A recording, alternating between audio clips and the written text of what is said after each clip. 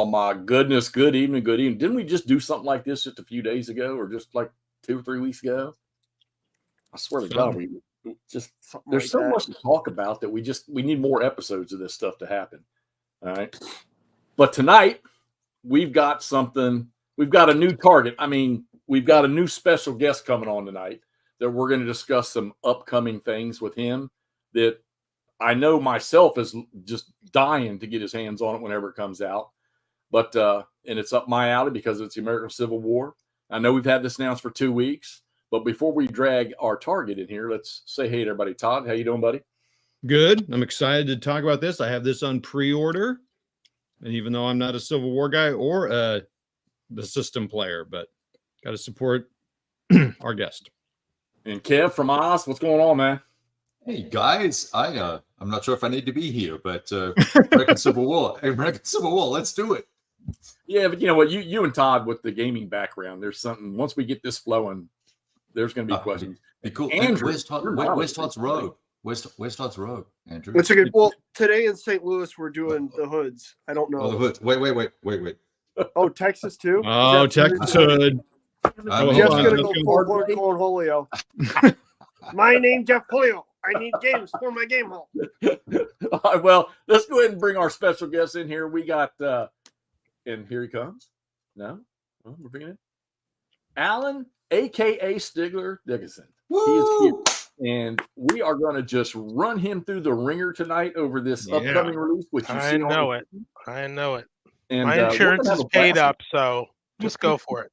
You haven't had a chance yet to get on and look who's coming in. You haven't had a chance to discuss this on the internet yet, have you, with anybody? Yeah, I did do a short interview over a year ago, and now I'm trying to remember who it was with. Did you talk over this with Artie? No, I have not talked with Art Wolf. Yeah, although he's contacted me about, maybe when we're closer to release date, he might want to chat with me about it. So. Right. Mo, how you doing, buddy? How's the hockey game? Oh, holy smokes. He probably can't hear us yet. Yeah. We like it like that. Yeah, let's just keep him muted. He's on mega lag. All right, so we're going to talk about bayonets and swords tonight, and somewhere along here, we're just going to turn Stiglr loose and let him screen share and show us some of the stuff he's got in this thing. But I want to pop a question off right off the bat here. Let me pick the right one, since I've got 2 or 3 pages of the stuff written down right here. Yeah, I don't have any idea why the rest of us are on the show, because it'll just be a Jeff Stig show. So it'll happen. It'll come. Oh, I got to open up this comments. Comic relief. All right, Stig, here we go. First question before we get going here. Okay. What made you decide to do this? Well, that's kind of a long story, and I have told it in my developer's note, so I don't want to completely tip that off, but I will say that one day I just got an idea for what I thought would be a good small game for the system, and so I worked up an idea and I developed it just a little bit, and then I reached out to Dick Whitaker, who is I guess for want of a better term, he's the owner of the GBACW system, having bought it from Richard Berg a few years prior, and he put me in touch with Tony Curtis over at GMT, and I guess I would just say that things didn't turn out the way I planned, but then they ended up turning into By Swords and Bayonets. So, well, I mean, it's happening. So something was successful about it. And just curiosity, when did you start on this? When did you actually start putting pen to paper for this project? Right. It started on a lazy Sunday afternoon, I believe, in 2019. Oh, the year of Death Valley, right? Yeah. And you started working up, and you knocked all this. My God, man, you've knocked all of this. Well, so you submitted to GMT within what, the last year? Yeah, last Thanksgiving. So you put a good 3 or 4 years in. Yeah. This is gonna have some good. Okay, so we're gonna give this up here to Stiglr to let him get some stuff on screen, but we're generally talking. GBACW is not necessarily a game that you intro somebody into playing Hex Encounter War Games because it's got depth. But what you're doing is you're not getting rid of the depth, but you're minimizing what you have to move around on a board. You have encapsulated it perfectly. Okay. Yeah. Why don't you go ahead and pull up what you got, and we're going to watch the chat. We may cut you off to answer some questions and stuff, but let's see what you want to demonstrate here, and then we're going to grill the daylights out of you. Okay. Hey, while Stig's pulling that up, Jeff, can you so I'm sharing this on my channel, and obviously I'm World War II stuff, which is primarily people who watch my stuff. So what is JBCAW? Can you just do a quick highlight while Stig's pulling stuff up? So GBACW started years ago. It's Richard Berg's tree. Of course, I'm always going to say that my favorite game was always Terrible Swift Sword. Andrew has sent me, I think, 2 copies of that. I had 2 copies around here, and that's one that I'm never ever going to let go. The rules a lot simpler back then, but we're talking tactical level American Civil War and of some of the greatest battles that were part of the American Civil War, and then some a little smaller quarter. Of course, you can't have a Civil War system without Gettysburg. You can't have a Civil War system without Antietam and things like that. So, what's this the system, time frame per turn, Jeff? What's the time frame? Well, the new and hex scale? GBACW is an hour, but formations could have 4 activations. And the original GBACW was, I think it was 15, and no, it was 20 minutes, and it was like it was pretty much I go you go, with firing amidst all that stuff and melee amidst all that stuff. And then, of course, the rules got really, really deep, and they went to the chip pull, the activation system. I missed most. I had a couple of those games laying here in my closet when I quit board gaming, just hung on to them, and then eventually started playing them. But they really, the depth really, really, really went up the chart with the newer versions of the great battles of the American Civil War. So these games are fun. They're, with all the boxes they have out there, you have some that you can sit down and when I say you can play them in a short time, I don't necessarily mean you're going to play one in an hour. But for example, the game sitting here over my shoulder is the Shiloh Into the Woods. How long have I had this up now? 3 weeks? Long time. Yeah. And I'm 7 hours of gameplay, game turns into it. What's the ground scale? I think it changes by game, some of the games. But was a Stig 125 meters, 100 meters, kind of varies a little bit. Yeah, it varies. There are a couple of games that are as low as 75 yards per hex. Like one of them's in the Gringo Mexican-American War set. So a couple of them are real small. Most of them are between 110 and 140 yards per hex. And 125, I guess you would call the average. Right. And now this game here, like there are other systems out there in different eras where command is massive in this game. It means the world in this game to what you're going to be able to do.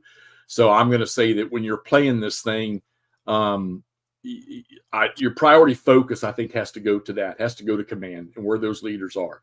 One of the interesting rules you'll find in the system is that your big commanders, core and up, they don't move till after the turn is completely done. So and believe me, I catch myself all the time.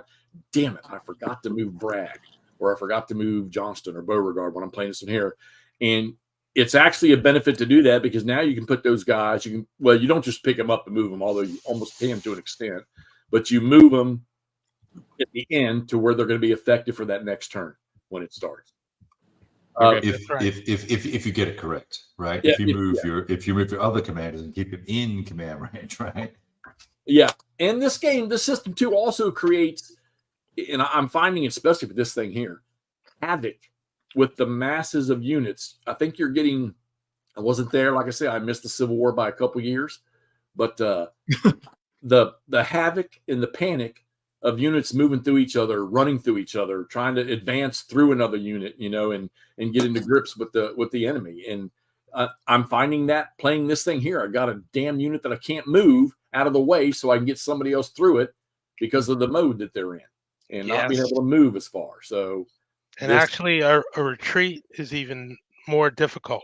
Like if you have an established battle and you've got a division, say, or even a brigade on the front line, and you can see it's starting to get chewed up, and you've got another similar unit somewhere behind that can go and take over for it. It's like, okay, that's all fine. But then you try to actually get that chewed up brigade disengaged from the enemy without, routing or collapsing or going combat ineffective. And then after you get it out of the way, move the other brigade in, meanwhile, what's the enemy doing? They're not just sitting around letting it happen. So it's very, very difficult to orchestrate all these forces without creating additional havoc. And the system really excels at showing the chaos of command. So, as the player, you're supposed to be the person that's in command and really, all of the commanders really. But there are a lot of ways that the system takes the control out of your hands and ruins your God view, the map where everything. You can see everything on the map, even that the commanders couldn't see. You have a background, something about the battle and what really happened. So you have that advantage too. But the game system has ways of screwing that up. Yes, taking that control out of your hands, and it's at once really, really aggravating, and also it adds to the fun. Right. Because if you've ever been in a situation where, say, you want to launch an attack and you've got the perfect setup, everything is there, all your ducks are in a row. The only problem is your units aren't on attack footing. Right. All right. Well, And before we turn Stig loose here, Todd, let's identify some of these people that are. Okay. Yeah, and that's a good start. And I did come up with a couple questions. But I'm going to want, like you said, let's get Stig. So, yeah, we have some great comments coming in, and we'll kind of approach questions as we go. Someone did just Mark says he's set up Death Valley's Battle of Fisher's Hill, so that's cool. Mark off, nice. Yep. And so, anyways, we got guys making some comments here, but we'll get to some of the questions after Stig kind of gets going here. So I say, Stig, share your screen. Let's go. Yeah. And so while you're doing that, Stig, let's answer. Can we answer Rob's question? Because that one, I didn't even think about that. Who's Rob? Oh, yeah, that's good. That's good. Oh. Let's see, entire screen. I'll share this one. We know it's P500, but do we have any potential release? Oh, yeah. Stig, you have any idea when it might come out, or have you heard anything? Actually, no. Okay. I really don't know. And the reason I don't know is because, since COVID kind of banjacks the entire shipping, printing, production process, so that nobody really knows how long it's going to take for something to actually appear. I know I submitted the project just after Thanksgiving, and in just actually the last 2 days, they have started to send me emails, and I'm working with Charlie Kibler now, and he's starting to ask questions for more information and stuff like that. So it's starting to spool up. That's but cool. I have no idea, even once we're done with all of the production and the proofreading and everything like that, then it goes off to a printer. And then once that happens, I have no idea how many projects it's going to be behind. Then once it's printed, I don't know how long it's going to take, to get on a boat and travel from China to, wherever they want to offload it. So it's like, I really wish I could give somebody an estimate, but I really can't. That's fine. Yeah, I mean, the fact that it's hit its number by leaps and bounds, the fact that you're hearing from them and starting to talk to you. I mean, it's moving through the chain. It hasn't shown up in the emails yet, and that's why that's one reason I wanted to do this thing, is just to keep it in the forefront of everyone's mind. And you still have a little bit of time to pre-order it, everybody, but get your pre-order in. So anyway, yeah, I've been watching the emails too, and I was like, isn't this like almost ready for the art department? Come on, when is it gonna, when is it gonna pop up on that list? So I'm waiting as much as everybody else is. Now, cool. So Ig just put a statement there in the bottom. Example of playbook that's going to be huge for understanding this. So when you're popping this stuff on the screen for everybody to look at, I would say let's see if we can't identify some of those things like Ig's talking about, things that are going to help bring people that are standing on the edge about this thing because they think it's too deep to get them here to enjoy this. And so have at it, screen, brother. So one of the things that we came up with, or actually I threw myself under the bus and volunteered to do this, was to come up with a example of play booklet, which GMT uses in several projects, and basically use it to illustrate what's going on. So basically we took one of our games, and using the Vassal module, I just basically went through and I played 3 turns of it, and I captured screenshots to show everything that's happening. And then I just wrote it, in print. So, you can see it actually on the map, and you can read about it. And there are, also not only what happened, but maybe why it happened, and maybe what some other alternatives might have been if the player were smarter, right?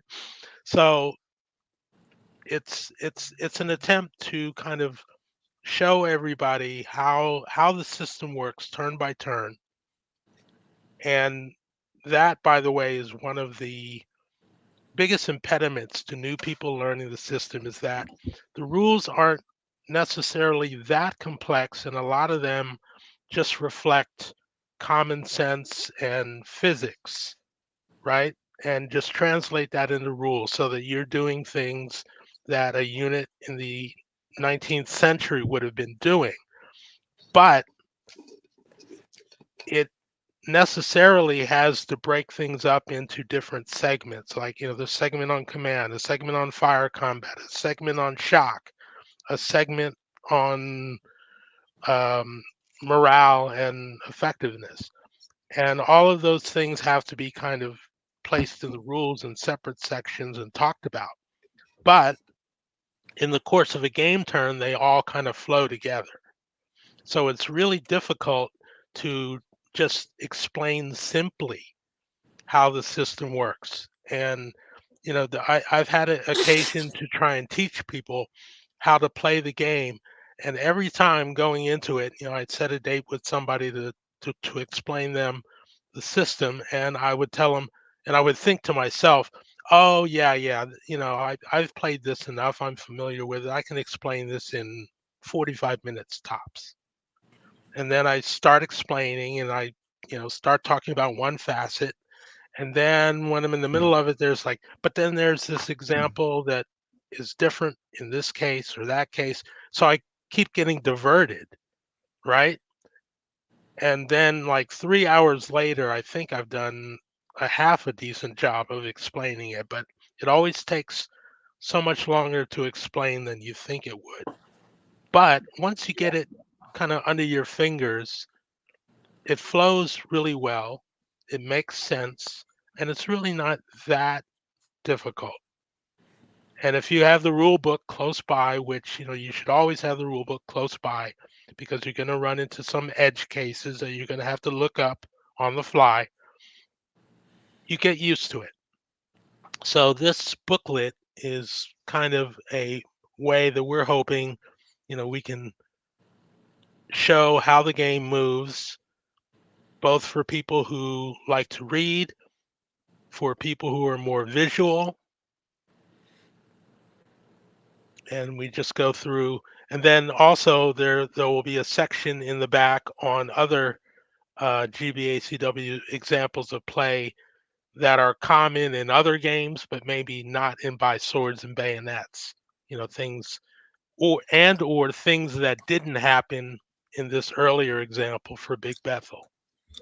So would these examples of play be so someone could learn stuff about all the newer games and the way the rules play, right? It's not just yes. Yeah. Okay. The Cool. example is from By Swords and Bayonets, but the concepts translate to any and all of the games in the system. So the core rules are of GBACW are that's from top to bottom in all of the systems. Even in yours, there's nothing, you're not diverting from that other than what you're putting in the battle books. Yes. And in fact, I insisted upon that when we first talked about doing this project, and we decided we were going to market this as, for want of a better term, a starter kit. And of course, the issue came up. Well, do we want to make this like an easy set of rules or some relaxed realism or something like that? And I immediately said no. I said I will have no part of that. And the idea for this was to, as Jeff said, strip down the large number of units that you would have to contend with if you were playing 3 Days of Gettysburg, and you've got 7 Union Corps versus 3 large Confederate Corps, and you can just get overwhelmed just in the number of units. So the idea with this was, let's bring it down.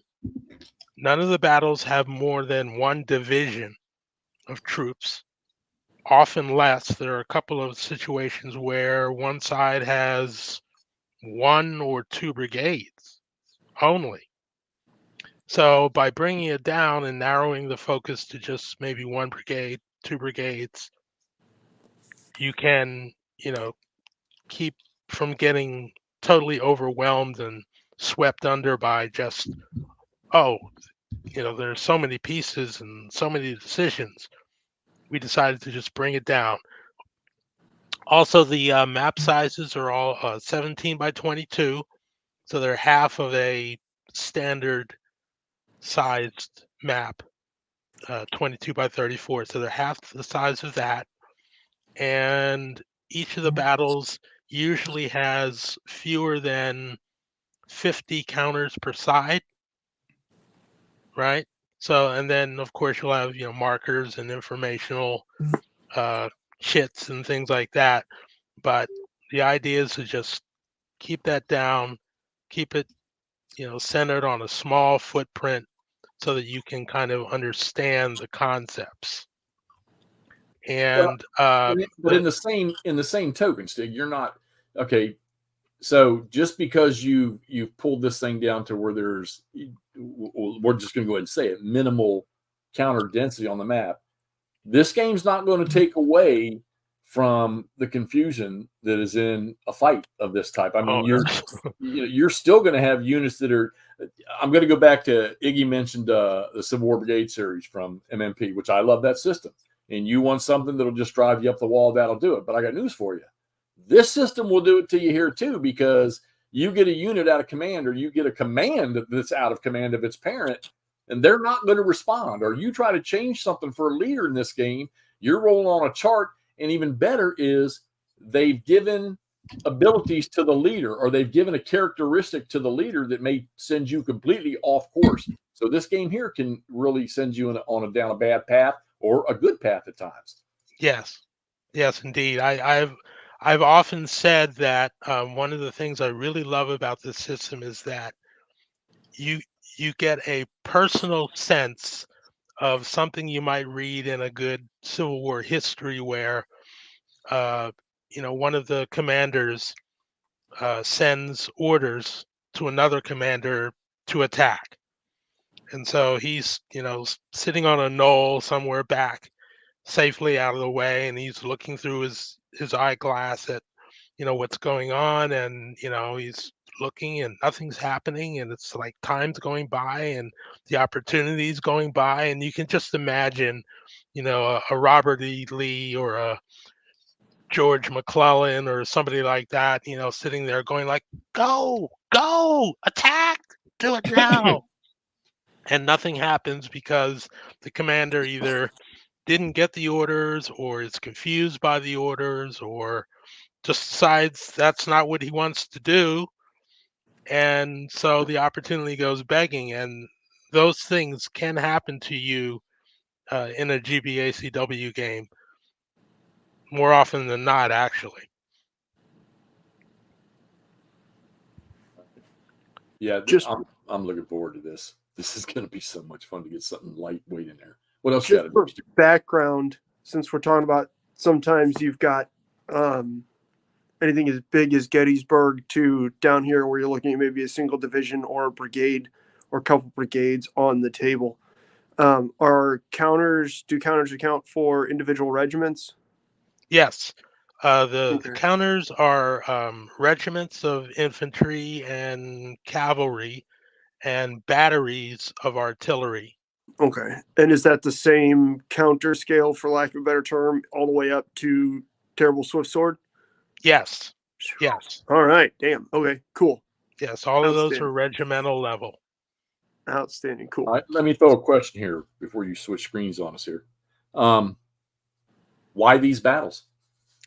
Yeah. Well, the first one, as I said, the idea came from an idea I had for one battle.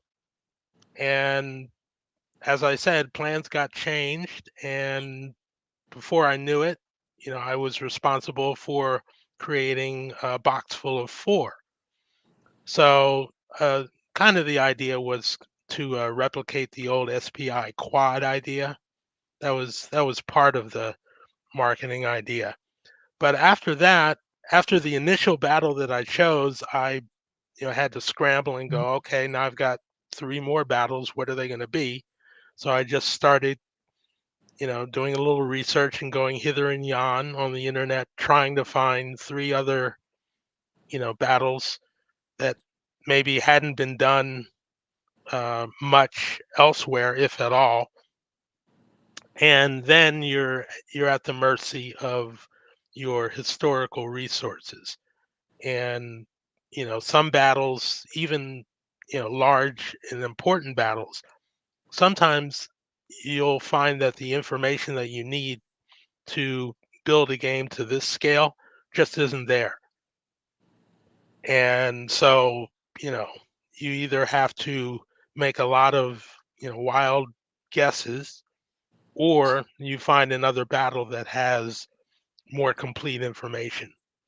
So the 4 battles that I ended up with are, we've got Big Bethel here, and this, by some people's account, is the first quote unquote pitched battle of the Civil War, and it happened in June of 1861.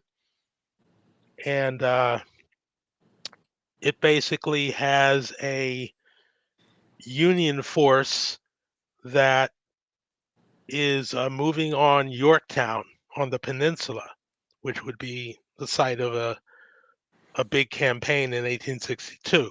But even before that happened, the Union decided they were going to move on Yorktown, and they landed at the foot of the Virginia Peninsula, and they sent a force, and they just devised this really overly complicated plan to take over this rebel bulwark of basically just dug in positions astride this swollen Wythe Creek here. And so, they were asking way too much of the troops for, this early stage of the battle. The person who was supposed to be in command couldn't even be bothered to make it on the field, except to extract his troops after they had gotten routed by the Confederates. And it's a pretty crazy battle, but again, it has the right size, and it has a lot of the flavor that people like. So that's a really good one. Then we have Mill Springs, and this was a battle fought in January of 1862 in Kentucky. And this went a long way to determining the fate of both Kentucky and Tennessee in the General War. So you had a Confederate force which went into like winter quarters with its back to the Cumberland River against the advice of the Confederate high leadership. But he decided he was going to go and attack a Union force that had gotten split up because of the of a swollen creek, and they were trying to march to consolidate, but the Confederates thought they could kind of catch him and defeat them in detail before they linked up. So they come up this road here and they try to take on the Union force. And this battle was also famous for the horrible, horrible weather. It's January and it's not snow, but it's a terrible pelting rain that came down most of the day through this battle that basically hampered the Confederates' movement enough to, keep them from fulfilling their objective. So this one will have some very interesting rain rules in it that I added just to see, if people like those, because I noticed that there isn't much in the way of weather system wide, because most of the battles were fought in the summertime and in nice weather, so it usually doesn't become an issue. But in Mill Springs, it certainly will. So there's those two. Let's see, what else have I got? Now, Stig, when you were when you were creating these, one of the things that I and Todd and I actually Andrew, we have this discussion quite a bit about victory conditions in games. Mm-hmm. And I'm going to ask you this because I want to know right off the bat. Please tell me that these are not just let's make them ineffective. Are there other victory conditions that apply to these scenarios, or maybe not all of them, but some of them, where there's locational or things like that? Yes, I went out of my way to make sure that these weren't just for small attritional battles where the idea is just to render as many of the enemy's brigades, divisions, corps ineffective, and you win the game that way. So usually there are victory points for that factor in, but it's not the be all end all. There will be an objective. There'll be a time limit. There'll be something else going on, and that's a good segue to New Bern, which is another one of the battles in the box. And this was fought in coastal North Carolina in 1862 in March. And this one is really interesting because it features a Union force under General Burnside who have been boated down to the North Carolina coast on the Neuse River, and they're working their way up the coastal region there towards an important city. And the Confederates under Branch, they set up this line of both abattis. You can see there's some abattis here, and also this kind of brown tinted line. This was called the Fort Thompson line. So it's anchored by Fort Thompson here out near the coast. and it's basically just dug in with rifle pits and entrenchments all the way along this, and on either side of the railroad that runs through the vicinity. So the problem for the Confederates is they don't have enough men to adequately man this entire line, which is a little bit more than a mile. And the Union's problem is that with all these woods here, it's hard to keep any semblance of command control. And you've got to charge across these abattis. Meanwhile, the Confederates are firing at you, so it's harder to be able to rally anybody because you can't find them on the battlefield. And then you've got the swamp here facing a good portion of the line, and it definitely has its say in what's going on. So this was a really interesting battle, and it also has some very interesting special rules for when the Confederates decide to abandon the Fort Thompson line and what that means to the victory conditions and the calculus of the game.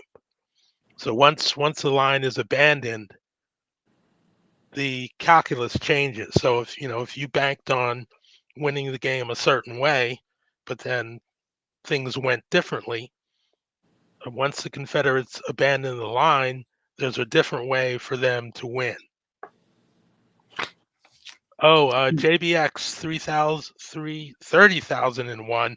That's Abatis. Abatis. It's a French term, and it is basically cut down trees with sharpened edges that are set out in a field facing the enemy, and they serve to channel the enemy and keep them from reaching a point like these improved positions here. So it slows them down, makes them stumble over trees and try not to get cut up. Meanwhile, you can shoot at them. Do the brown jagged line that looks like trenches, is that more of a breastwork, or is that just kind of okay? So yes. So there are some dedicated breastworks in here. Oh, okay. But the rest are dug in. Improvised. Okay. So Hexy and I are going down the GBACW route right now. He's learning that with me. And so it's kind of cool to see this zoomed in because it's obviously a zoomed out scale, right, compared to this. Yeah. And so you just have a counter that says they built some abattis in there. They built a breastwork. So it's really cool to see kind of what that is. And because I hadn't really spent any time digging into what that meant yet. I'm just trying to learn the rules right now. But anyway, so this is really cool to see.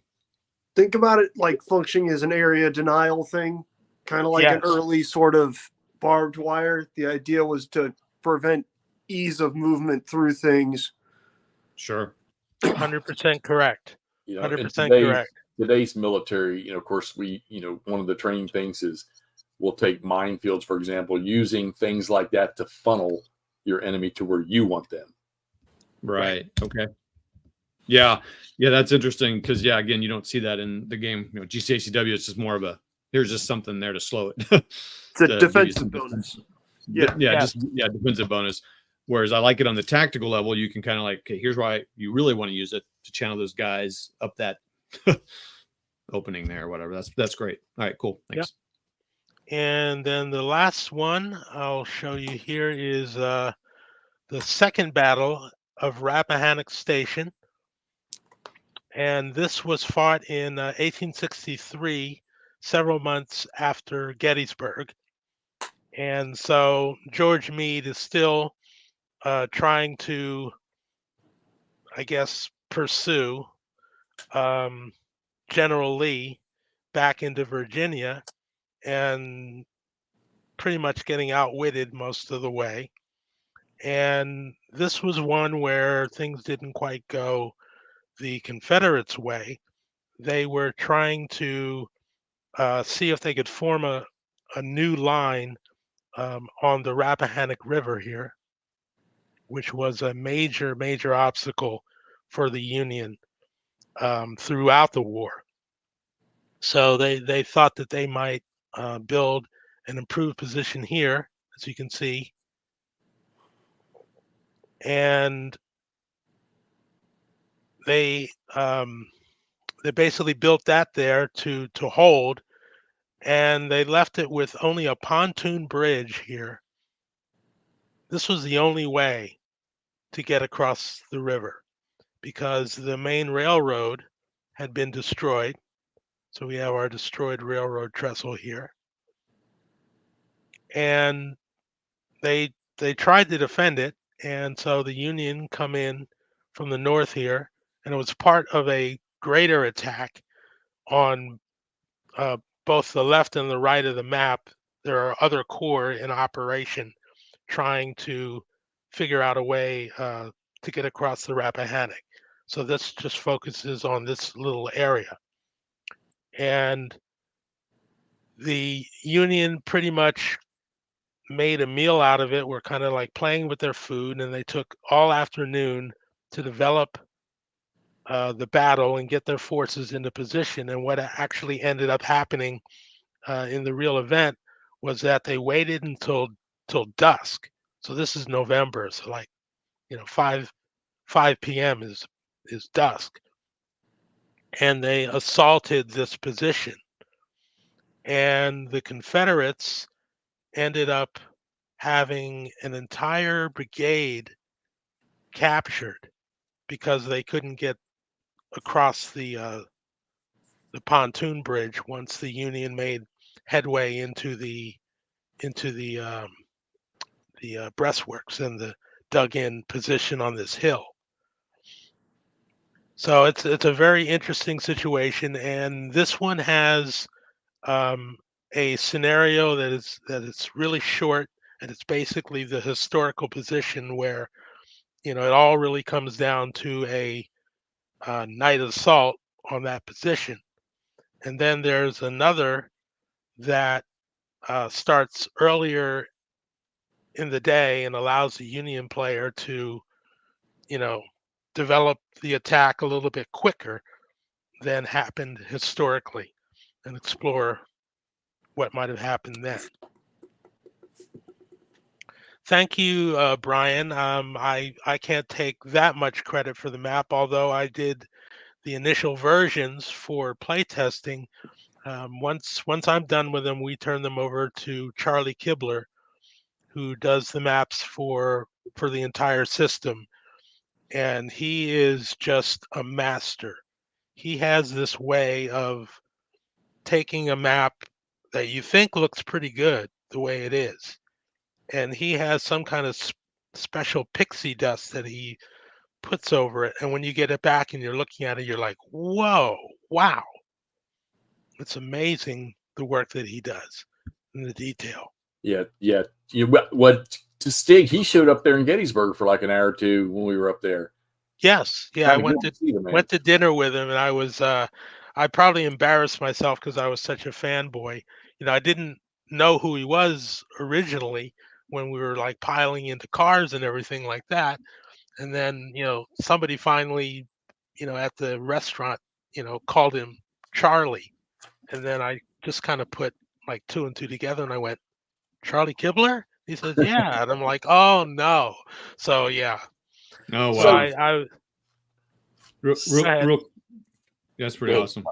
Real quick comment. I'll tell you, Stig. So McMurray is like a history brainiac. I mean, the guy reads a book and he remembers everything about it. And this guy knows Civil War stuff pretty well. And he was like, I don't know these 4 battles. So it's kind of cool that he's. I mean, I don't know. I don't want to misspeak for you, McMurray, but I think it's cool that. I mean, it's I don't know, introducing him to 4 battles he wasn't really that familiar with. So that's it is, cool. And it's cool to see some of the smaller stuff that you don't really ever see get some love. Especially, I know that's cool when you see stuff if it's local to you, but it's smaller, and you get to see that sort of stuff all of a sudden. Oh, cool! This isn't a game. That's pretty awesome. Yeah, I know there's a fellow named William Bird who I run into usually on Art Wolf's show on Mondays. and he's from North Carolina, and he's been telling me he's really really eager to get a look at what we've done with New Bern. I did later find that someone had done New Bern in Oh yeah, I in the got it. Huzzahs. I think Yeah, the Huzzah system. yeah. So I took pains not to have a look at that because I didn't want it to Don't. influence me at all. So Oh, that's you know, awesome. I have no idea, which one is going to be better once the smoke clears. But Oh, I this is now. Granted, the huzzahs they're not ugly, but they are not this. I was about to okay. say that map is going to be hard to beat, as well as obviously you're in a ridiculously established system that people really like. That's going Yeah. to be. The other little fun thing about New Bern was it was the last battle added to the set and was not in the original group.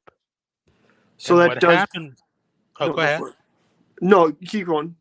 So what happened was I had 4 battles, the other 3, and I also had a battle that was fought in Mississippi, the Battle of Raymond.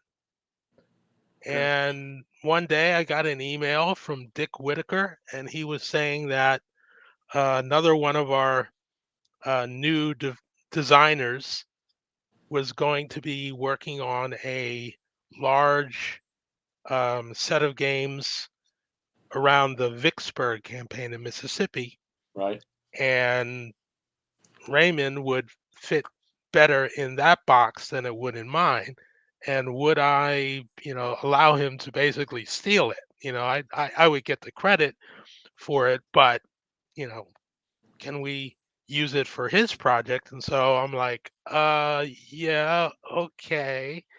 And then of course, the gears are turning, and I'm thinking, well, shit, I've got to come up with another battle. So I went through a bunch of folders of stuff that I had for other battles that didn't make the cut and started working on them. And then I don't even know how I found out about New Bern, but I did, and found that the information on it was pretty solid. And that was one of the prerequisites for all of these battles, was that they all were well supported by information in the original records and other sources. And if I couldn't find good information, I just chose something else. But this one really fell together really well. I had some really good sources to cull from. And Stig, put all 4 of those. actually, I think this turned out to be my favorite. I really have enjoyed playtesting this one. It had its growing pains, especially around the Fort Thompson line and the abandonment rules and everything like that. So we put it through the ringer, but it really is fun. Stig, put all the maps up there, so minimize so we can see all 4 of them or 3 or whatever you got there at one time. Okay, sure. I want to ask Okay, let me trying to arrange all these without closing them. And while you're moving this stuff, here's a question for you. What's the largest? What's the right word? I guess the largest parent formation in these 4 battles. Is it a corps? Is it a division? Division. So the most you have in any one of these is a division. Okay. Yes. So it seems and a small division at that. Okay. So just looking at these maps, you can almost classify these 1, 2, 3, 4. I mean, you've got the Rappahannock one, which, by the way, I think I played a golf course down there in that area near the Rappahannock. You've got something that's pretty much wide open for maneuver coming at the Confederates in those works in that top left one. Then you've got something with a slightly slightly hazy terrain where you still do a little bit of maneuver, but there's still breastworks. And I mean, all of this except for that one at Mill Springs says, for some reason, my brain says late war because of the dig-ins and the fortifications. And then you've got one in the bottom right-hand corner, which is just saying wilderness and Shiloh all over to me, with the serious case of the woods. Yep. Where the Union's got to come out of. So, and then you've got the one on the top right from Mill Springs looks like a great funnel for a fight in the center of the battlefield. So, I mean, you get this thing. Come on, guys, look. This thing is on pre-order for $38. This system is going to be a lightweight counter mix for you to learn a phenomenal gaming system that a lot of people, like I say, they stay away from because they're afraid of the depth. Yeah, those rules are deep. But like he says, the stuff does flow after a while. And we talk about this all the time. You're never going to master every rule in the rule book. You're going to have to look back at stuff. Todd and Andrew and I, we do this all the time, where we have to go backtrack a rule that we apply every 10 minutes when we're playing a game. We still got to go look at it. But you're going to get a sense of what this was probably like in these fights. With, like I said earlier, the chaos of the thing, the havoc that it's creating. So you're going to get that feel. And then a lot of these rules that you're thinking to yourself, like withdraw or retreat, or units that rout away, or units that their cohesion gets busted up on and become ineffective, you're going to start to get the feel of when that happens and what occurs when that happens as you play these things. And he's providing you right here with, now we're going to take only the GBACW of this generation of the rules. None of those games, like I say, we all know Death Valley has come the closest. And up until this system got on GMT's radar, was the system to use. We would tell a lot of people to use to start learning. And that's only been around since 2019. But now you're going to get a system here that Stig has put all the work into, that you can sit a small footprint with a minimal amount of counters, and you can learn the GBACW system in small pieces. And next thing you know, we're going to have you playing Three Dog. We're going to have you playing River of Death, and all those big monster things you're going to want to get your hands on, won't you? Because I'm telling you, this system is worth every penny. And I get angry at myself when I stop playing it. I don't play it for a couple months. I'm like, man, I need to get one out and play it. And that's what happens. I drag out one of these things that I play. So this, even to me, who loves to play the GBACW system, I want to get my hands on this so I can have a smaller footprint to play and get something quicker with it. So $38. I'm telling you guys, you need to get over to GMT if you've had this game on your radar but you're afraid of it. This will be the way to do it. Oh, there's a Vassal. So okay. Oh yeah, we since I'm kind of the Vassal guy for the system, and that's how I got started. Really, even before I got the idea to design a game, I got involved with Greg Lawback right around the time when he was developing Death Valley, and I kind of volunteered myself to basically work up all of the playtest and also the production Vassal modules for the entire system. And Vassal is great on its own, but for playtesting, it really, really takes sometimes years off of the development time. If you ask Dick Whitaker, he'll explain to you that Into the Woods, we would probably still be waiting for that today if he hadn't used the Vassal modules to help playtesting and spread the playtesting around, so that you have people that don't have to get together in the same location in order to do a playtest. They can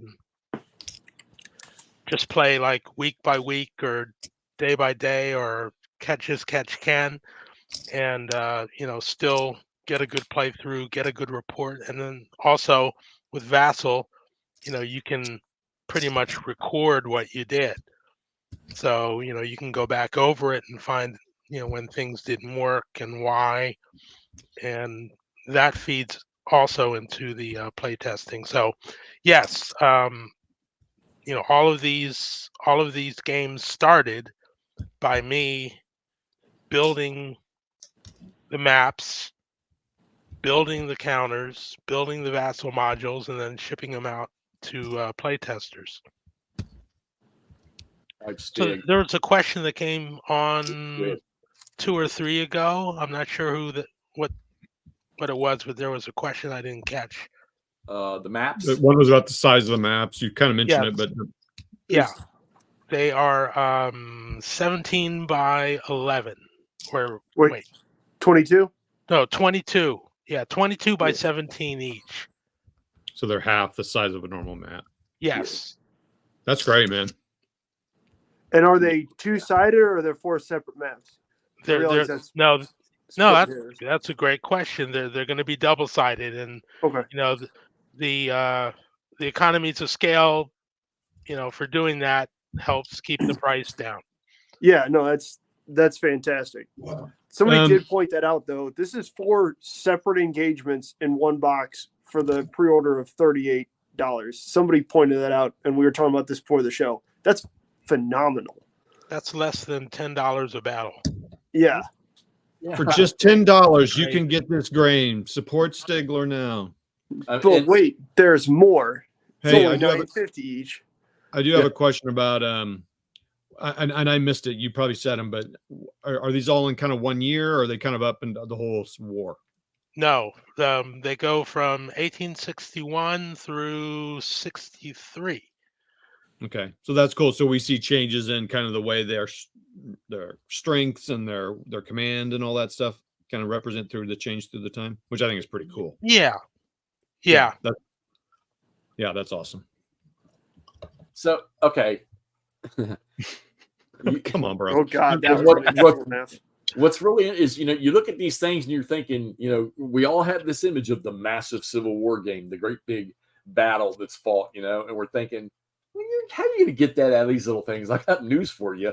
When you put a formation into attack mode, you're not going very far. But when they turn around and run, they might go quite a distance. So these maps are going to be perfect for you to get something. And like I said, I'm never going to sit here and tell you it's a quick play.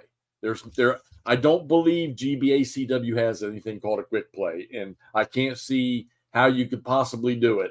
But these are going to be perfect so that you can get the feel of what it was potentially like back then through that game system, and being able to learn the game system in this little small footprint is going to make it so much easier for everybody. And here's the best part: people that get these things that want to learn GBACW, guess what they're not going to be doing is thinking about, oh man, I know everything about Gettysburg. I know everything about Antietam. When I set one of these up, I'm not going to know shit about these battles, which is going to even free me up even more to think about and concentrate on the rules and learn the system. So that's a good point. I would estimate that 2 experienced players, and I know that's not who we're aiming at, but 2 experienced players could play any one of these in a long afternoon, 5-6 hours, maybe actually less. But of course, if you have 1 experienced player and 1 newbie, and so it's more or less a teaching session, obviously it's going to take quite a bit longer to play. But then on the flip side, by the time you hit, number 4, you're going to be rolling pretty well, I'd assume. Yeah. Good point, Andrew. Oh, that's actually you should have a good grasp of everything except for, and I took pains to make sure that this is pointed out, that you're using the regular rules to read through to get to the battle books and talk about that. But what you won't get is an appreciation for the importance of the corps commander to the overall command picture. And that's because there are no corps commanders anywhere in any of these battles. So, I took pains to make sure to tell people, as you're learning the rules, don't don't sleep on the core command rules, the fact that the core commanders and overall commanders only move at the end of a turn, things like that, and what impact that can have on the entire battle. So are you You won't get incorporated, that. is the OC incorporated into this system, or is it going to be one of these where, like some of the games where Jackson is his division leader and he's the OC? No, it doesn't even get there because, as I said, division commander is the highest commander on the field. And I know that we're working on actually putting portraits of the division commanders on those, because usually only the core commanders and the overall commanders get portraits on their counters. But since the division commander is the top dog here, it may turn out that you'll have portraits for the division commanders. Right. But anyway, the division commander is the top dog on the map. He is not penalized for not having his core commander on the map, which happens with the larger GBACW battles. So, but aside from that, everything else is the same. The division commander can move, you know, with his forces once per activation. A couple of the battles use AMs or activations by brigade, so you'll have some of that in there. Well, okay, so for a lot of people out there that, maybe when you see these overall commanders or these core commanders or these like when you see Lee or when you see Grant on the battlefield and they're white counters, they're not, and then you see the core commanders or your district, or I'm thinking GCACW now, the core commanders that are a solid red for the Confederates or a solid dark blue for the Union. Stiglr's tell you, this game, your combat action in this game, your maneuverability and your command system, they focus around that division leader to his brigade leaders. Your core commanders and your overall commanders can affect things like initiative roll, or, hey, can I pass this number off to this division to give them an extra activation? They can rally if they're sitting with units. They can do some rallying, but your primary commander on the battlefield is going to be the division down to that brigade. That's right. So, in a sense, you have greater flexibility since you're not hampered by not tracing command all the way down to, or all the way up to the core level. But you still have to trace it all the way down to any of the brigades in the division. Unless, of course, a brigade is all you get.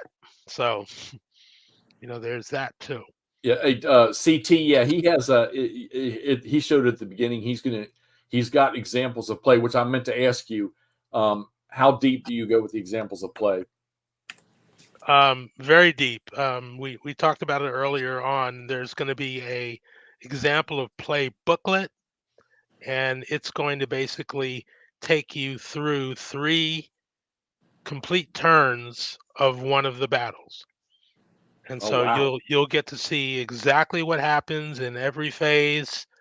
It'll start out very, very heavy on detail, where for the first couple of fire combats, you'll go through the entire calculation. This unit is firing at this unit. It's this many strength points, and the range is, adjacent. So range is 1. And if you look on the player's aid chart and you check that they have rifles and you see that you get a +1, et cetera, it'll go to that detail, including telling you, okay, we roll a 3 and we're on this column of the combat effects chart, and the result of a 3 is a D -1, and that means that you have to roll another die, take 1 off of it, and compare it to the cohesion of the target unit. So that roll is a 6. So D-1, 6 becomes a 5. Now we look at the defending unit, and his cohesion is 4. So he's disordered. Yes. Yeah. Plenty of explanations. You And know, also there will be some kind of like setup so that you'll see, when one side activates, there might be some text there to explain, okay, well, Magruder sees that he's in danger of being flanked by this brigade, so this is what he wants to do in general. So to do that, he's got all these units that are under attack orders. He doesn't want to be in attack orders right now. He wants to try and change to advance orders so that those guys can, move to a different part of the battlefield instead. And then that brings up the discussion of the order change and how that happens. And then we lay out, who does the order change, what the modifiers are, what the die roll is, what the result is. Yeah, And we go through 3 whole turns. Watch my video that I post tonight on my last 2 turns of Shiloh about the headache of an orders change and not having. Now, Stig, you realize that once I just have this premonition here that once this thing gets in people's hands and they can see a method of learning to play this in a small footprint, GBACW, it's going to explode, man. Because I know in the background too of a lot of the other games that are being worked on. Now, look, we've been going at this for just a little bit over an hour. I got some Stiglr questions I want to ask, not necessarily GBACW. But before I ask those questions, McMurray or Todd, y'all got anything specific to this thing you want to pop? Go for it, Toddy. You're muted. Yep. You're muted, Todd, you're muted.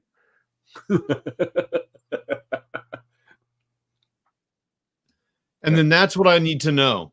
There you go. No, okay, sorry about that. In the examples of play, do you have rules references in there, like this Yes. guy gets okay, that's by awesome. case, by case, Okay. yes.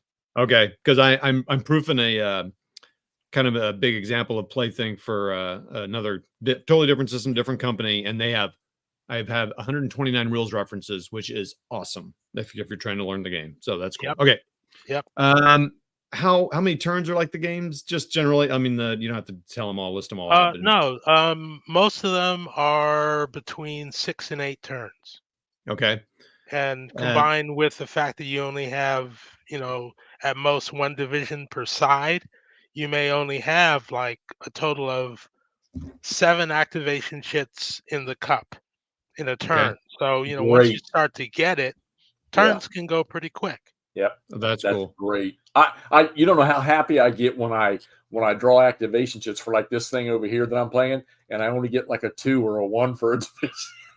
And then there's no plus from their overall or whatever, or their division benefit. And because you can get these guys are right. I mean, Nordic, he's talking about in there too. You can, some of these big games, boy, you can, like, I'll go over here and I'll play, and I won't even get through 1 turn. It might take me a day or 2 sometimes, but then other days I'm just grinding it and I knock out a whole turn. Like I said, I've knocked out 2 in the last one. So, but yeah. I remembered recording a playthrough where I was attempting to kind of explain the dynamics and the whys and the wherefores. And I recorded it playing 3 Dog. And of course, that starts with just Buford versus Heath. And then, once the Union starts showing up with the 1st Corps and then the 11th Corps, and then Early starts coming over from Carlisle and everything like that, you quickly go from having a total of like 7 or 8 activation chits in the cup for a turn to having like 40 or 50. Oh, wow. Right. And it happens quick, for Gettysburg. Wait, I look like your dad? That's hilarious. All right. Stig. Now I'm gonna hit here's you my with last the general question. question. Oh, okay, I'm sorry. Go ahead. I just last general kind of GBACW question, and then I do have one Stiglr question, but I'll let you ask. I mean, go ahead and ask yours first. But this is to you, and so Jeff and Stig. I'm curious, where, in your opinion, does the complexity coming? Like, what? Why is this complex compared to some other games? Just GBACW in general. It's just the depth of the rules. They come in around 40 odd pages, so there's a lot to go through. Okay. And there's a lot of concepts that they're just not separate.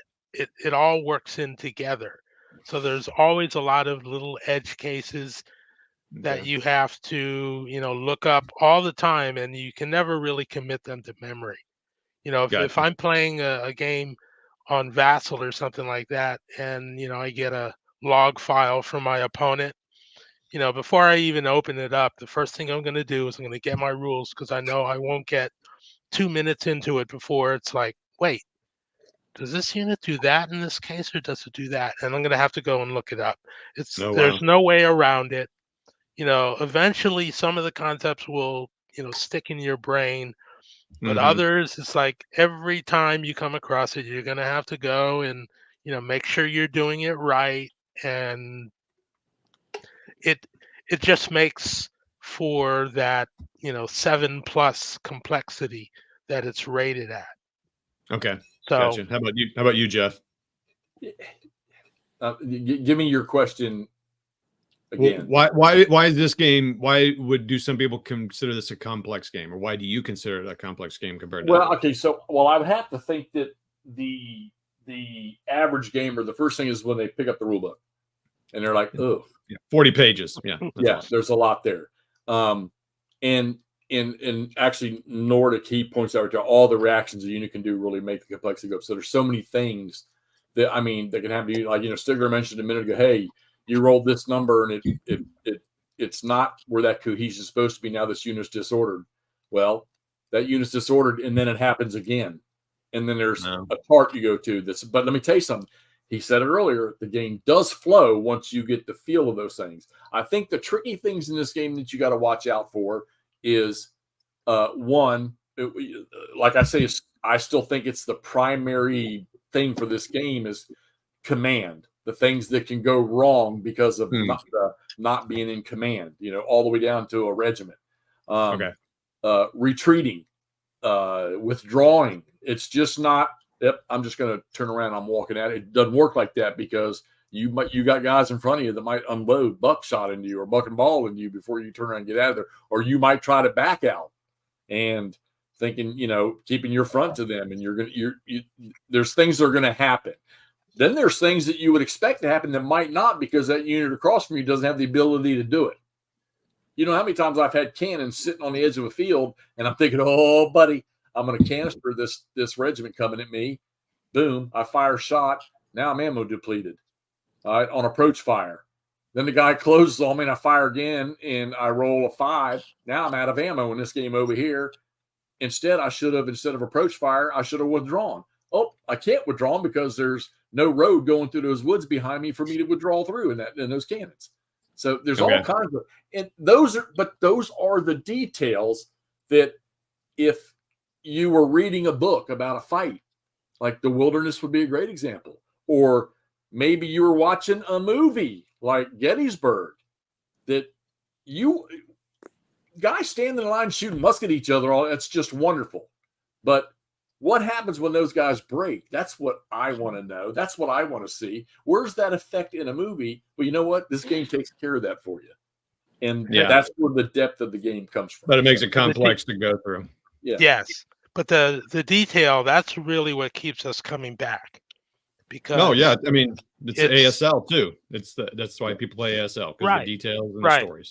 Okay. So in other words, instead of saying, well, my unit pushed your unit back 1 hex, and that's all that happened, by playing these games, you get to identify the regiment, and you can talk about the weapon they used and whether it was the best weapon for the job. and you can tell the story of how they, marched around the flank of another unit and hit them from the left side, and and drove them, however far. You just get all this detail, and that's what's Right. interesting, because you can Perfect. see that in your head, and see how it is the same or maybe differs from something that you read in a history, where sometimes I'll read a really good history on a battle, but they won't have enough maps drawn in it, and they're Yeah. constantly talking about who moved left and who moved right and who was behind who and what terrain was around, and after a while it all just starts to be this blur, and you're like, wait, I can't really imagine what happened. But when you play it on the map and you've got the terrain right in front of you and the units right in front of you, and you can kind of see, oh, that's why they couldn't hold that position. Look at that open flank there. Yeah, that's cool. So it's the Okay. detail. Cool. And I know there's a Right, lot Jeff, of, you're and I'm not gonna knock the system, because I'm still gonna give it another shot. But I'll just put a point blank. Y'all want to? Somebody wants to bang me for this? Fine, bang me. But it's just, and it is my opinion. All right. Line of battle can't touch Great Battles of American Civil War. Not even close. All right. Line of battle was skinny down, I think. I don't think it applies the authentic effect you get from playing Great Battles of American Civil War. I just don't think it. And while I don't hate any of the maps from MMP, they're not GBACW maps, that's for sure. So their statement made. Now, what I want to do is, we only got a few minutes left. I want to ask you, okay? So any question I ask, especially this first one, if you don't want to answer it, just say, nope, sorry, not answering that. Don't want you to know. So let's get this first one out of the way, and then this will be just about perfect time. We got about 15 minutes. Steve, what kind of work do you do? I am an instructional designer. So that basically means that I work on creating corporate training in the form usually of e-learning, but also anything else from classroom aids to PowerPoints to anything that helps my company train. And I work for Providence, which is a healthcare organization on this left side of the country mostly. And I work in support of the nurses. So they have a nursing academy, where obviously they have to go through a lot of training to be able to do that job. So I help support them in training the nurses. You have an answer for Iggy's question there? Oh, let's see. My favorite tactical air combat game. Oh boy. Um that's really a difficult question, because I have kind of arrived at the idea that the answer to, what is a really good air tactical game is none of the above.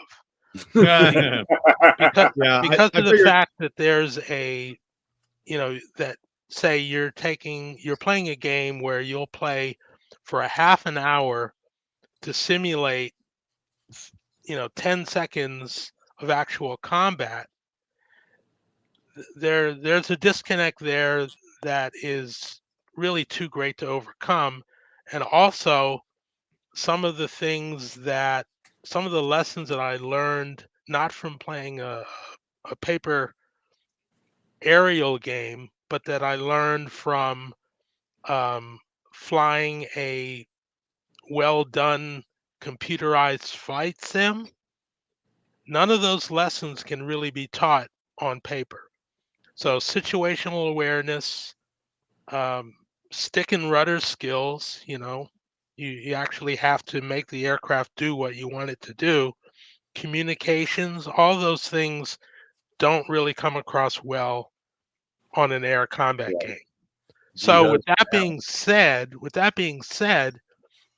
I would think that my favorite game, even though it is a little bit too simple and has, some system things that need house rules for, I like Air Force Dauntless.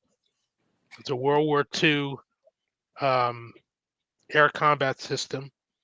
It has plotted movement, for those of us who remember having to, to plan in advance and write down the moves for all your aircraft.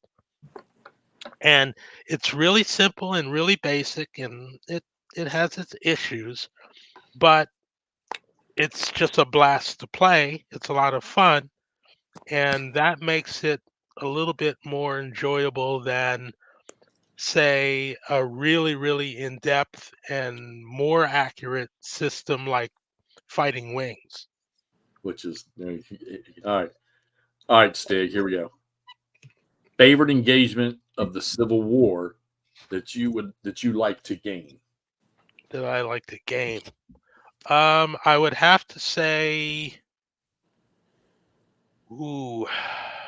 Gettysburg is hard to beat, but I would say if I had to tell you what my favorite game was, it would be Red Badge of Courage, and it would be a toss-up between First Manassas or Second Manassas. Yeah. Good game. They're both really, really good for different reasons, but both of them are indispensable as far as I'm concerned. All right. Okay. Follow up. Go ahead. Follow up to that. Why? Well, I don't know. I'm going to assume, is Civil War your favorite, and if it is, why? That's of what all game. Good. Oh, sorry. Yeah, that was fine. Yeah, I would have to say that ACW is my favorite segment of wargaming, but that's just because I got involved with the GBACW system, and it effectively monopolizes a lot of my time for gaming. I have to go out of my way. Okay. Hold on. So you just to follow with Todd here. If not GBACW, then what? Okay. Well, I've played a whole lot of flat top over the years. Andrew, there you go, buddy. So I like that. Another one of my favorites is the old SPI Central Front series. Love it. Of Cold War Gone Hot. I really, really, really like that. I think that's the best one in the business. I really do. It really is. It's a great system.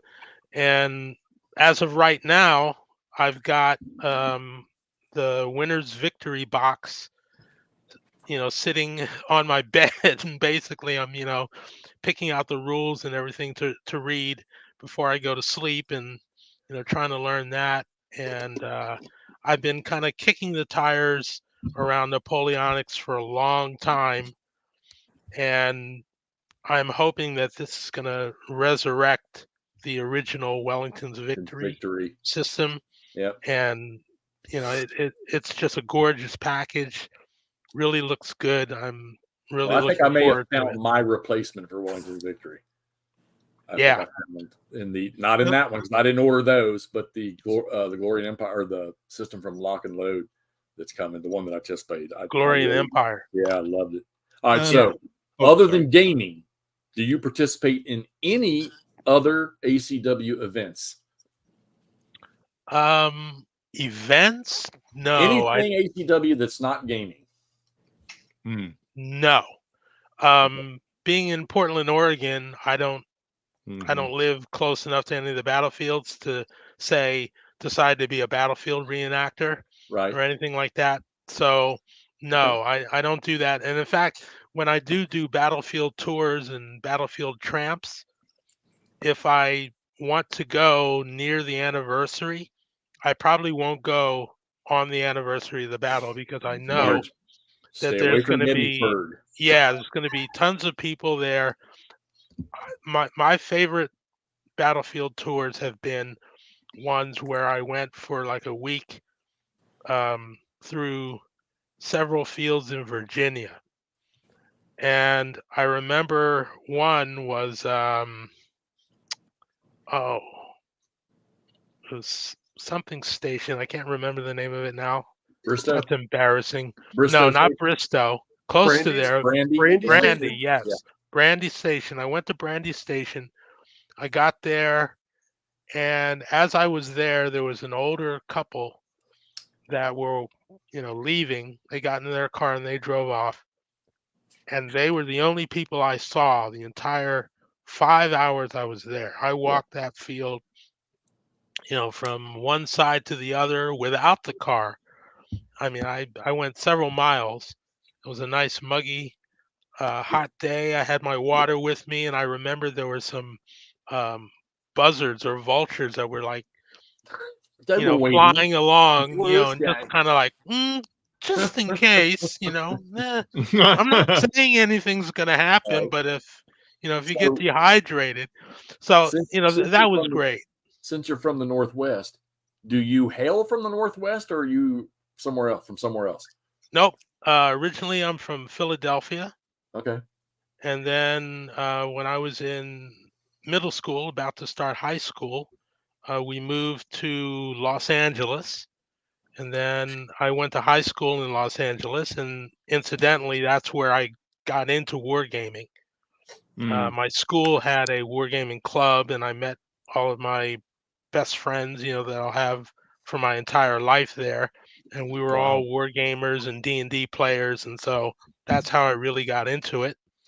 Went to college in Orange County and started my career in advertising there, and then just like usually through layoffs and the need to get another job, ended up in the San Francisco Bay Area for about Oh, that explains you being a Giants fan. yes, exactly. So, and then also due to a layoff, that's when my wife and I moved up here to Portland, Oregon, and so we're 21 years here. So, Wow. and we don't think we're going to make Seattle. So, You're kind of making your way north there. right, exactly. All right, let's wrap this up with this right here. Oh man, I got 3 questions.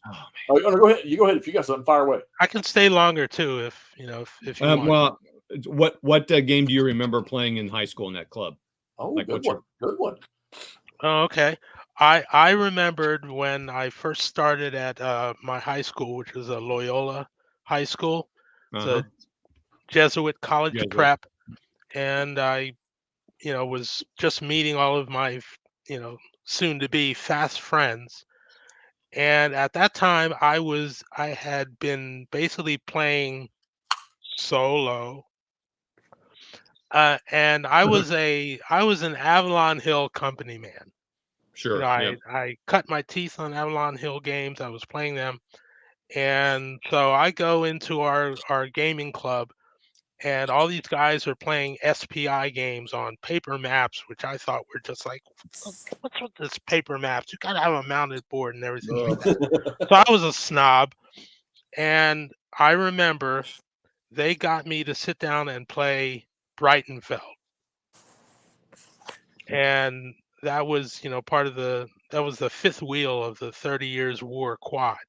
Right. And that game was such a blast that, I looked at that and I went like, maybe Andrew, there is something to these cheap looking little games. I've been And keeping after that, I just became a total SPI convert. Okay. And you saved me there. You say, because I was Yeah. keeping a tally sheet on who you were closer to be more compatible gaming with, McMurray or me, and the Avalon Hill and the SPI numbers were going back and forth. So Certainly going to be Jeffy. Yep. All right, Todd, what's the other one you had? Yeah, so 2 more. Have you enjoyed the process of designing the game, and what would be your suggestion to someone thinking, I want to design a certain battle for this game, a series, or any series? Yeah, I can say overall it was enjoyable, but there were also moments where I was just like, geez, what have I gotten myself into?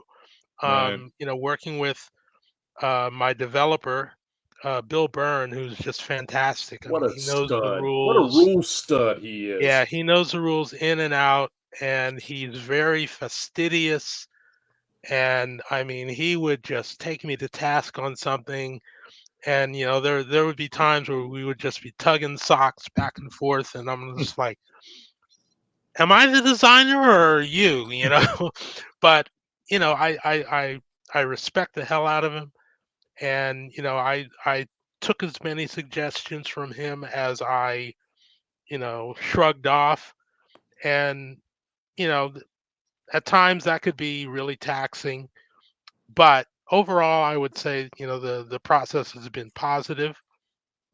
um and I think that I may do something else after this finally gets released, even though it's Okay. hard to, because I do so much support for all of the other projects that are going through our internal pipeline. Right. From doing the Vassal modules, I'm trying to help develop our young group of new designers and developers by teaching them some of the skills of drawing maps, building counters. These people don't know, Stig. They don't realize it. I mean, I've heard between Dick and Bill and Tom, Dick Bowlers and Al Smith. And I can't give titles. You probably can't or won't. There's a lot more out there for GBACW that's coming on the train tracks here. Yeah, it's huge, and it's like, I figure I'm pretty well connected and kind of know what's going on, and then something will come up like on our Facebook page for the system, and it's like, what? Like I heard just this week, I learned that a couple of the guys are working on a reprint of Gringo. So they're gonna, have at that one and do a reprint. And I remember being really surprised when Dick Whitaker announced the Three Dog Deluxe. I'm like, what? So stuff comes out of the woodwork all the time. So the next decade is going to be huge for the system. All right, Todd. My last question. I'll shut up. I'm curious. You said Winner's Victory, which is a pretty complex game. It's NES, so it's going to be complex. Yeah. So this, I hope, helps either me or someone else that's thinking about playing GBACW. But how are you going to approach learning that game? Because it's a complex game. Yeah. Well, I have a little bit of an advantage in that I own and am somewhat familiar with Wellington's Victory. Okay. So actually, in my first read through of the rules, I'm looking for the delta, what's been changed or enhanced from Wellington's Victory to create Winner's Victory. And so far, I'm very, very happy at the changes that they've made to it. So Mark Hinkle has done a great, great job on this, I think. So, won't know until finally get it to the table. And I'm hoping they can come out with a Vassal module really quick on it too. They need a Stiglr on their team. Yeah. All right, cool. No. I wouldn't sign up for that one. No, I didn't say you. They need a Stiglr. Yes, right. Let's wrap this thing up with this right here. So, and Perry put it, and I'm gonna build on what Perry just said about if you're going to start a new game, what would it be? So here's the question to put to that. We'll put this in two pieces. You can answer it how you want. All right.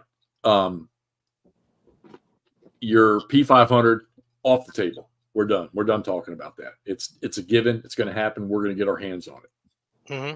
Future project, and do you have any goals for this year we're in right now?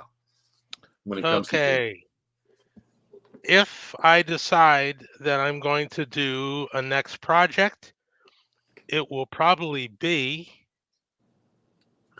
the Peninsula campaign of 1862. Yeah. Including the 7 days. So I've started, working on filling in spreadsheets and orders of battle, and actually over the last couple of years, I've been almost nonstop reading books on. Well, I know some people have struggled with the 7 days trying to get OOBs for this stuff. That'd be huge. Yeah. It's the incompleteness of the numbers and the fact that if you read about the peninsula, that on one hand, George McClellan was always overestimating the size of the Confederate army, and Yeah. may have fudged his numbers that he reported to Lincoln in order to get more reinforcements. So you can't even trust the official Union numbers on stuff. You have to get it from a lot of different sources, kind of throw it into a blender and decide, okay, how many effectives did they have? Then, since they're all along the Chickahominy and it's just malaria central, diarrhea central there, they had large numbers of troops that were just sick. So, even the stated troop numbers for a given unit might be 10%, 20% less. Right. So, it's hard to get numbers. And then also I'm finding the command rules are really going to be insane for that, because there are any number of cases of total command breakdowns. You're going to get Got another side of Stonewall Jackson if you build the 7 days. Yeah, Stonewall Jackson's torpor. I think people will be surprised when they see Jackson's counter in that campaign, because everybody's used to seeing him having all these stellar ratings and everything like that when he's in the valley. But once he gets to the valley and he's just like totally brain dead for the entire time, it's like he's going to end up looking like Braxton Bragg. you know so there's that. And then Longstreet completely blew up the Confederate battle plan at Seven Pines, and he was supposed to be going down one road, and he just took his orders and decided, no, I'm going to do this, and didn't tell Oh, yeah. And Johnston. created a traffic mess. Yeah, it's like crazy. So, trying to build that into those battles is going to be really, really interesting. So, that would be my next project. So, couple quick ones just relating to Mhm. that. Within the peninsula, would you be able to cram all of those engagements and all of those possibilities into one game? No, Okay. it would be broken up into the major 7 days battles, and also Williamsburg, where Hancock got his sobriquet, Hancock the Superb. And God, there's got to be a dozen fights right there. well, Not in there are 37 some that I'm days. already thinking not to put in there, either because they were too small, or like the battle along the Warwick line Yeah. before Johnson skedaddled away from Yorktown. Those sort of things, it's like they may or may not make good battles, but it's not just the 7 days. It will at least have Williamsburg. Well, the peninsula, 62 and 64? Come on. The only thing that's touching that now is not released yet in the Wilderness. I mean, my God, Culpeper, Spotsylvania, and then all the stuff around Petersburg. Overland campaign. Yeah, I mean, that's completely different. And also, I hear that Dick Whitaker wants to take a crack at the Peninsula campaign using the Glory system, which is like maybe a half step up from GBACW. Right. More like, say, Blind Swords or something like that, where you have demi brigades. Right. But I mean, it just seems to me there's a vast amount of stuff that could be done in the peninsula and in the overland. And right now, the only thing that we're seeing that's going to touch it is going to be the Wilderness when it eventually gets released. There's just so many fights. But like I say, your little chat here about putting numbers together is probably the most confident that I've heard from anybody that does any kind of game design when it comes to that region or that time period of the fighting. Yeah. So I'm not gonna lie to you. I wish you 1% success for putting that together and hope that. Let me tell you something. The Civil War gaming world will go nuts over GBACW covering that. I've got some decent sources that I can use. It's just a matter of corroborating them to my satisfaction before I'm ready to, actually start building counters, because the devil's in the details, and people will pick you apart if you're wrong, if you get a weapon type wrong or something like that. So some of them are, I'm going to have to just take a deep breath and say, okay, I'm going to go with this number, because depending on which source you go from, you could have a regiment that was anywhere from 400 men to 700 men. Right. And that's a huge difference in terms of GBACW, right? That's 6 strength points. Yeah. Well, and that's Right. the transition from TSS to 3-Dog that was mind blowing for me when I finally pulled 3-Dog off the shelf and played it the first time. I was like, wow, this is impressive. Because I mean, a regiment in Terrible Swift Sword, a 200-man regiment, one fire and they're gone. The whole regiment's gone. Right. So, Cool. good Stig. I'm telling you what, man, this was good. Wait. You got a question. He had one more. Oh, I'm sorry. Go ahead, Andrew. No, you're good. I've got like 8 more. But go for it. No, We're I'm good. I'm questioned down. I'm good. Keep going. I got nothing else to do on a Friday night, so I'll stay here as long as you want. Hit him, Andrew.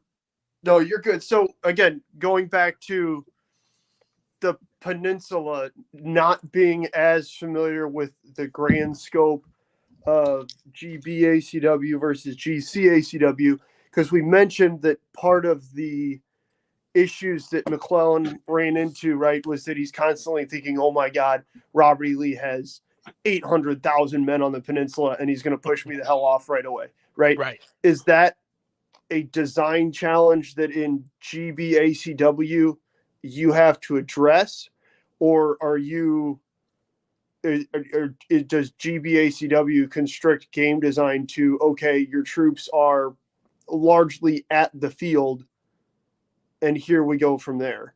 Yeah, great question, by the way.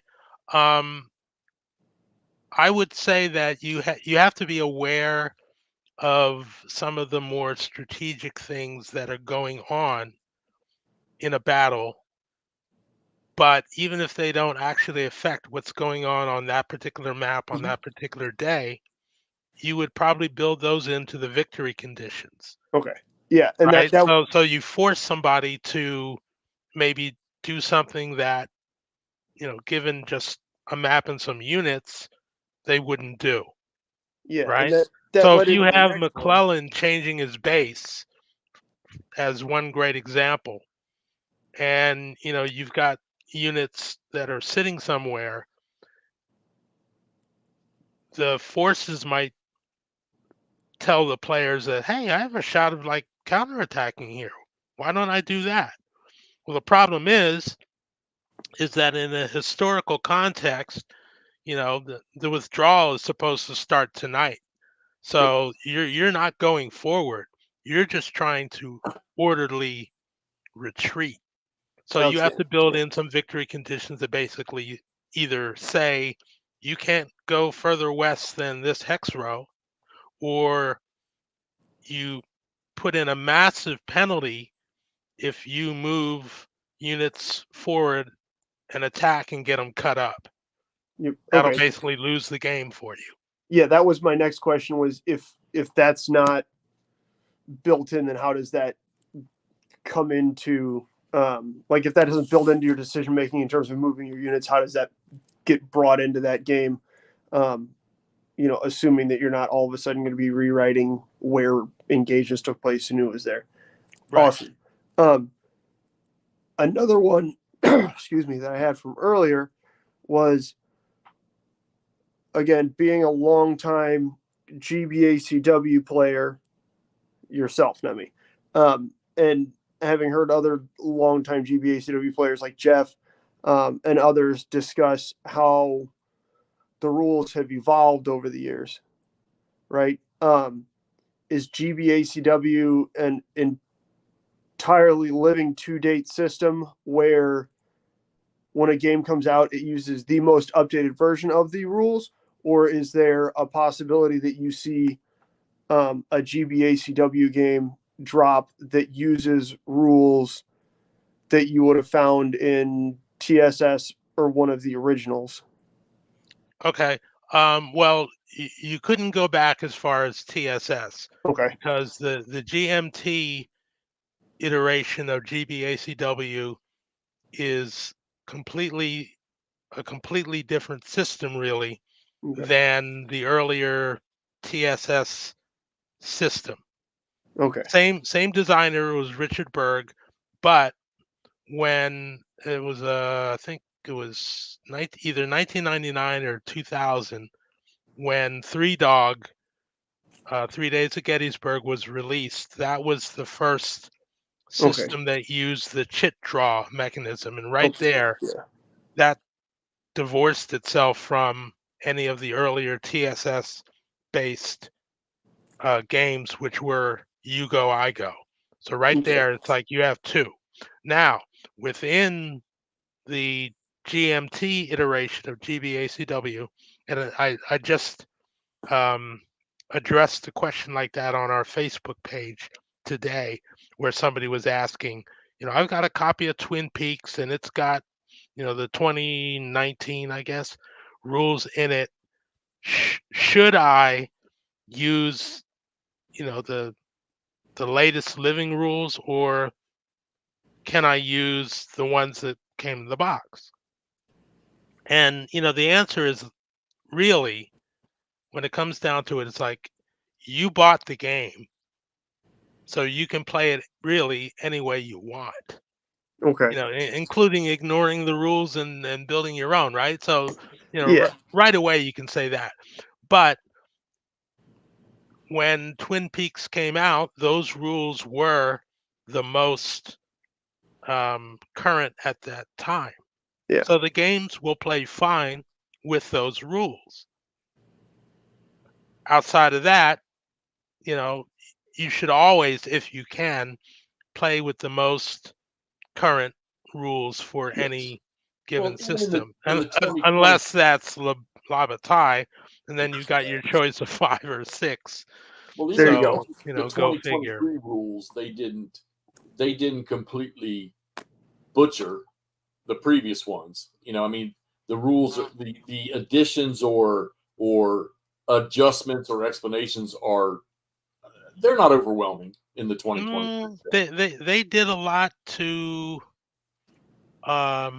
let's see, it was before 2023. I think 2019 was the last rule set. So I think 2021 actually had some changes where they made some pretty significant changes to Right. artillery, and to the line of sight rules. Those were Right. the major things that actually really affect, what's going on. So to answer Richard Kerr's question, I kind of agree with you. Why would you want to go backwards with the rules? But, if for whatever reason you like, you feel that, hey, I bought this game, it's got a rules book set in it. I don't want to go online and go to the GMT site and look up the living rules and download something and have to print it, blah, blah, blah, blah, blah. You may just make a personal decision that, you don't want to bother with that. And there's nothing wrong with that because, like I said, an earlier set of rules that comes in the box was current at one time. And yeah, there may be some issues that, were subsequently dealt with, but you can still play the games with them and still have a good time. There you go. Outstanding. Sorry, the the main drive behind that question. I didn't realize that there was such a rapid departure between, I guess, TSS and GBACW. Yeah. Which was one of my next ones was, okay, so you have TSS and you have 3Dog. What's the main difference? But that would explain what the main difference is.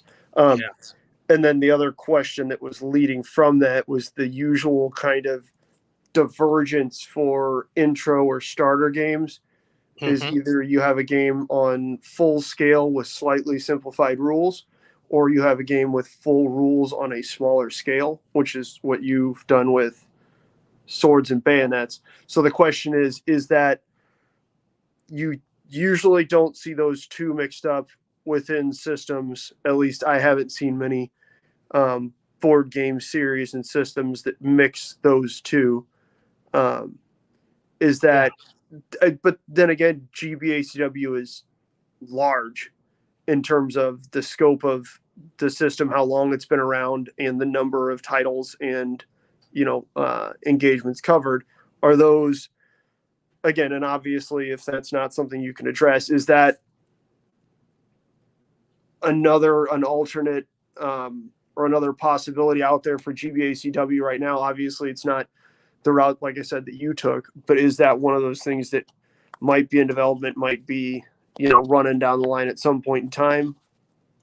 Well, I will say that the decision has already been made and it's under development right now, is that there will be a simplified set of rules for GBACW.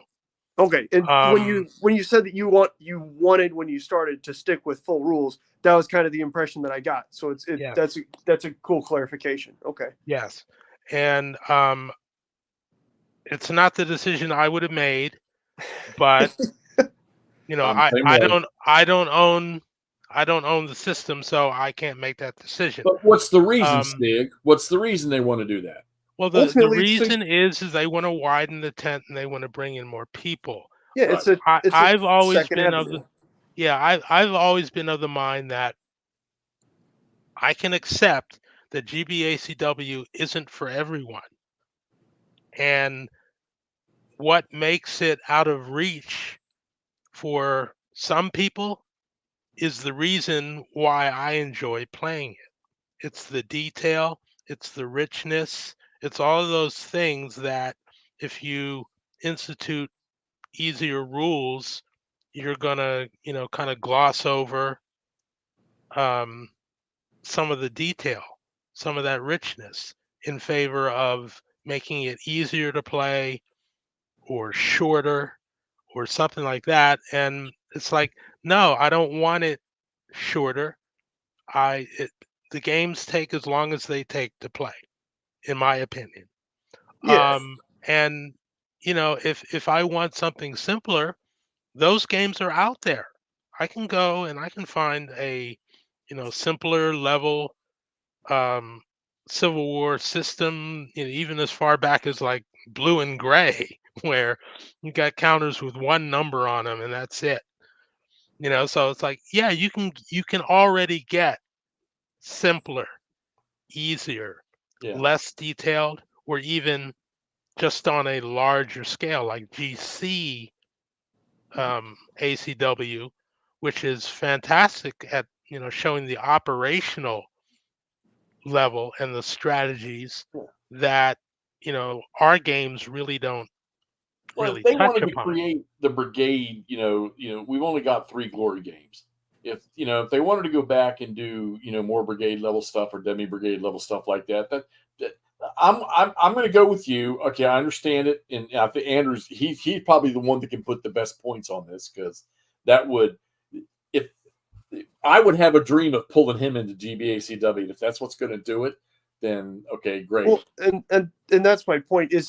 Are they discussing changing the overall system rules to then all GBACW games are that simpler rule set, or is it an ASL SK versus ASL sort of thing where it's an option, and what it would do is open up just that second avenue for then players to play the full GBACW rules?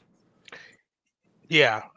Frenchie, yeah. If you can get in contact with Dick Whitaker, give him an earful, because I'll back you up on it. Um, Here's the thing.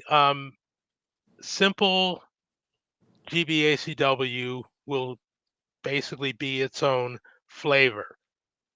And, one of the reasons why I really detest that is that the fact that Labatai has 4, 5, 6 different systems of rules that you can choose from for the same games.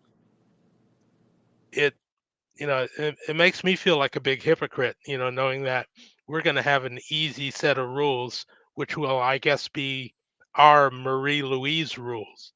So, but as I said, I don't make that decision.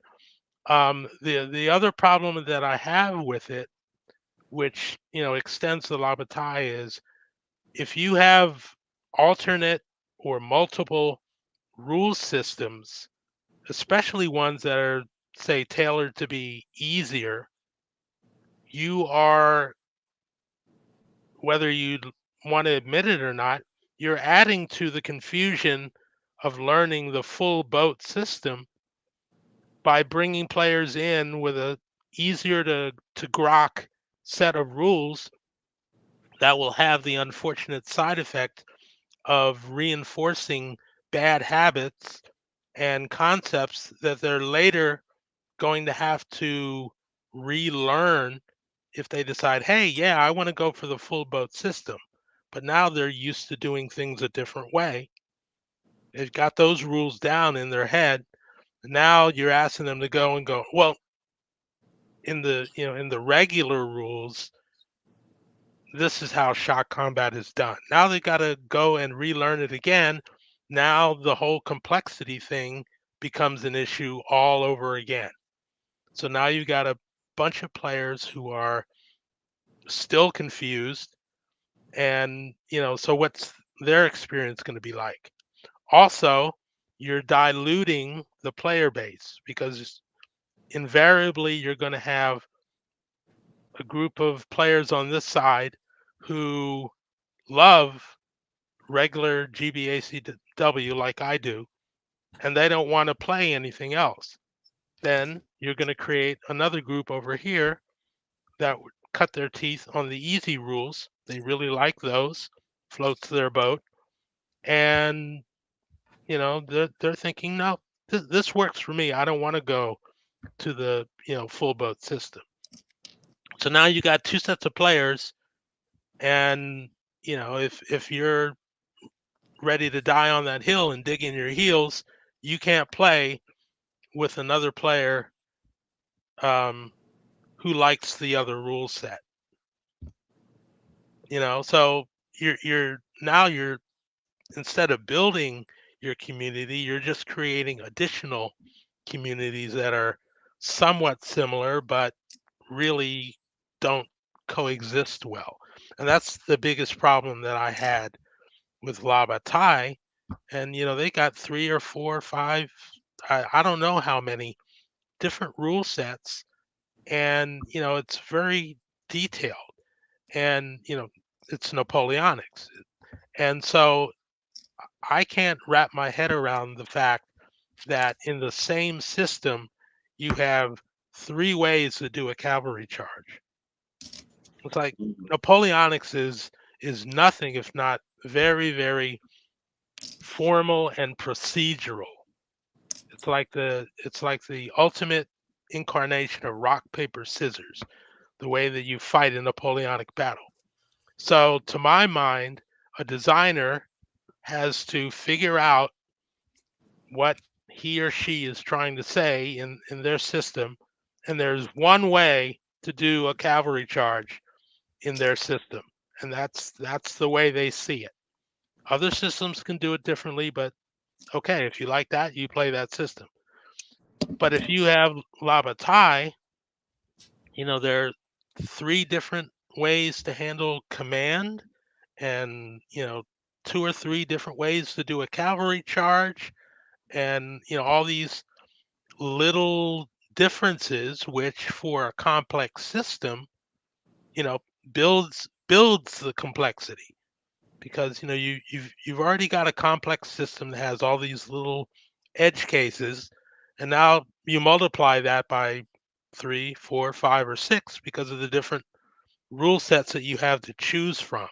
So I've never liked that, and it's really the single reason why I haven't gotten into that system. I own, what is it, three of them now, and yeah, I own 3 of them, and I sometimes show up on Eric Holmgren's um, show on Monday nights after Ard Wolf, and I watch them play through some of these battles, and just trying to kind of learn by osmosis and all those sort of things. But I can't just like pull the trigger and like actually pull out one of those games and actually commit to learning one of the rule sets.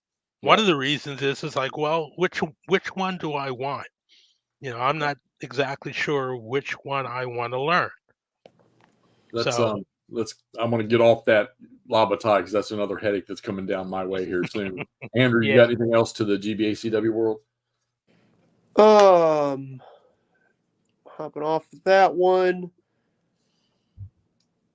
It was just a one of those random quick shot, just shoot from the hip basic starter questions that I was going to ask at the front. But if you had to choose one GBACW game that isn't yours, that was this is my favorite, whether that's, the one that you would keep forever if you had to throw away all the rest of the ones, or the ones you've had, the one you've had the most fun with in the past, or just your favorite, whatever, gradient you want to use for that, what would be your favorite GBACW game that you can think of that isn't by Sword and Bayonets? Yeah. Well, I'll start that by saying I don't think By Swords and Bayonets will end up being my favorite, even though I designed it. I like it. Right. After that, it's a toss-up. My personal favorite, based on the great fun and experiences I've had playing it, would have to be Red Badge of Courage. But I would also have to continue to doff my cap to Greg Lubbock and Death Valley. It still is the best value in wargaming for the buck ever that I can think of. And the mix of those 8 to 11 battles, depending on how you count them, is so rich, and there's so much replayability in that box for just $89 if you're paying full boat retail. I think it was something like, yes, and then it has an expansion. Yeah, I couldn't believe it when I found out that there was going to be an expansion. After going through that playtest process and building all those modules like 3 or 4 times over before it was actually done, and then it comes out, it wins a Charlie, everybody's happy and all that, and I'm like, oh, okay. Then it's like, what? An expansion? It's like, what? It wasn't enough?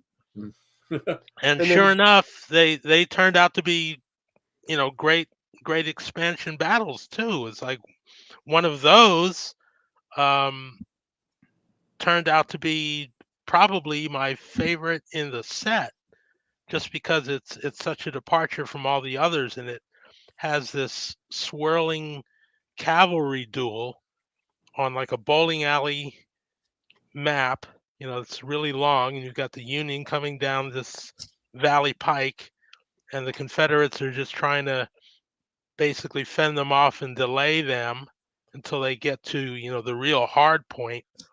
And I had never had the opportunity to play any game where cavalry had such an active role in determining that battle.